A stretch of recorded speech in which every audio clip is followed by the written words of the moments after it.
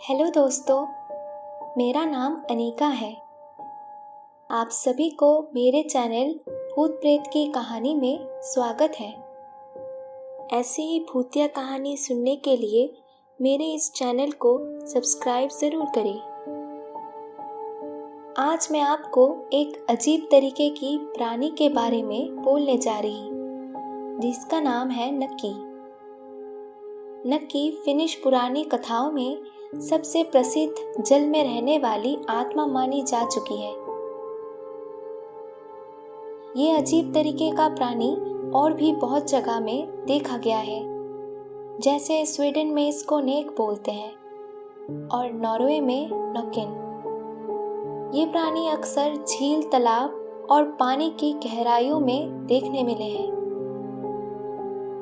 ये बहुत शक्तिशाली होते हैं और इनको पानी में कभी भी मारा नहीं जा सकता।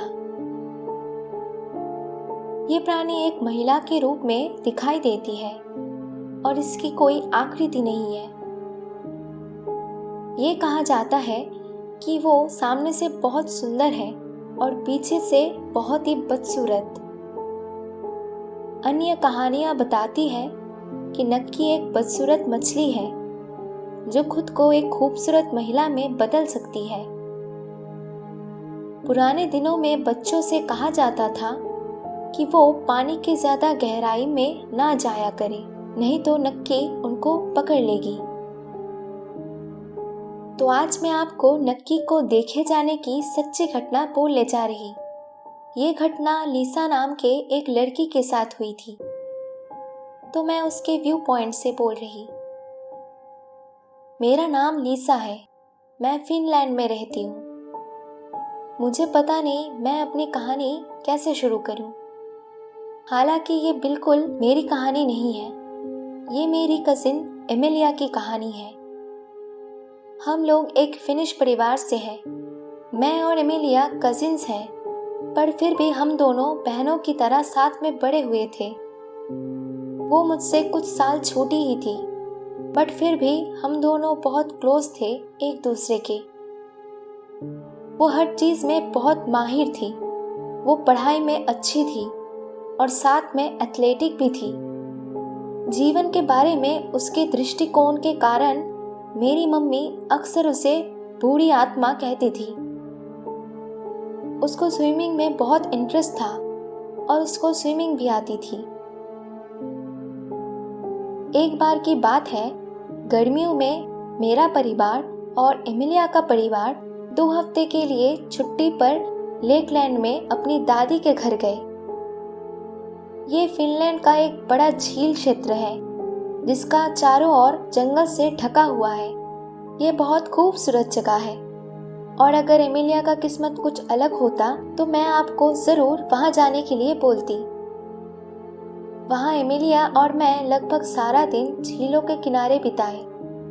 मुझे स्विमिंग नहीं आता था, तो मैं हमेशा किनारों पर बैठी रहती थी और एमिलिया स्विमिंग करती थी।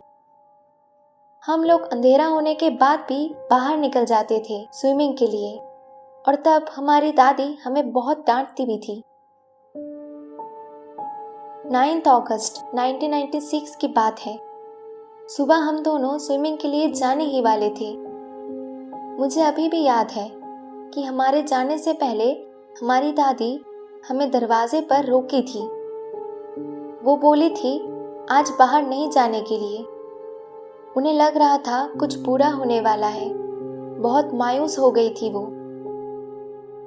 तभी मेरी चाची मतलब एमिलिया की मम्मी वहां आई और दादी को कहने लगी कि उनको छोड़ दीजिए, वो लोग खेलना चाहते हैं। फिर भी मेरी दादी बोले जा रही थी कि उनको बाहर नहीं जाना चाहिए, बाहर नक्की है।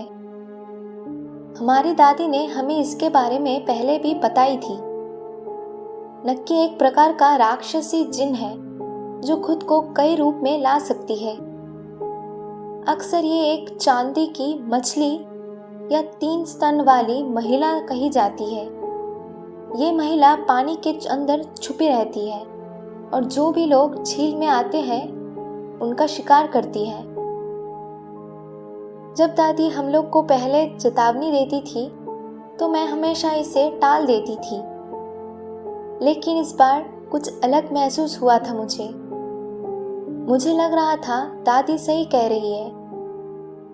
पर एमिलिया मानने के लिए राजी नहीं थी। उसको स्विमिंग के लिए जाना ही था। वो बोलने लगी, दादी मुझे जाने दीजिए। और तभी एमिलिया की मम्मी बोली, तुम जाओ बेटा। और लिसा, क्या तुम भी जा रही हो? मेरी चाची ने मुझसे पूछा। मैंने भी अपना सर हाँ बोलते हुए हिलाया। वो बोले, एमिलिया तुम ज़्यादा दूर मत जाना और दोपहर के टाइम खाना खाने के लिए ज़रूर आना और शाम को जल्दी वापस आ जाना। उसने हाँ में सर हिलाया और भाग के दरवाजे से निकल गई। पूरा दिन मैं दादी की बात सोच रही थी। एमिलिया दोपहर के लंच के लिए आई थी और तब वो एकदम ठीक ही लग रही थी। लेकिन शाम होने बाद भी जब वो घर पे नहीं आई तो मैं उसे ढूंढने के लिए बाहर गई, क्योंकि मैं अकेली ही थी जिसको पता था कि वो कहाँ छुप सकती है। एमिलिया को ढूंढने में मुझे ज़्यादा टाइम नहीं लगा। पीछे के एक छोटी झील में से एक में घूम रही थी। वो करीब 15 मीटर दूर थी, इसलिए मैंने उसे बुलाया नहीं। शायद मुझे बुला लेना चाहिए था। हो सकता था कि वो तैर कर आ गई होती और नक्की ने उसे अकेला छोड़ दिया होता। अचानक मैंने झील में एक लंबी महिला को देखा। वो कम से कम 6 फीट की होगी। उसके बाल काले लंबे थे और पत्ती और शाखाओं से सजे हुए थे और उसकी त्वचा गहरे मैले हरे रंग की थी। और जैसे मेरी आंखों ने उसे देखा, मुझे पता लग गया था कि वो नक्की है। मैंने एमिलिया को कॉल करने की कोशिश की और मैंने किया भी, लेकिन मेरी आवाज़ मेरे गले में ही फंस गई थी। मैंने दौड़ने की कोशिश की, लेकिन मैं एक दर्शक की तरह उधर ही खड़ी रह गई। मैंने उस आकृति को झील में डुबकी लगाते हुए देखा और वो चुपचाप से एमिलिया की ओर तैरते हुए आ रही थी। एमिलिया छटपटा रही थी और पलक झपकते ही एमिलिया को पानी के नीचे खींच लिया गया। वो जोर जोर से चीख रही थी। उसके चारों ओर पानी एक भंवर की तरह लग रही थी, जैसे वो अपने जीवन के लिए तैर रही हो, लेकिन वो कुछ काम नहीं आया। एमिलिया को झील की गहराई तक खींच लिया गया और फिर कभी एमिलिया नहीं दिखी। अगले कुछ घंटों में एमिलिया को एक लापता व्यक्ति के रूप में सूचित किया गया।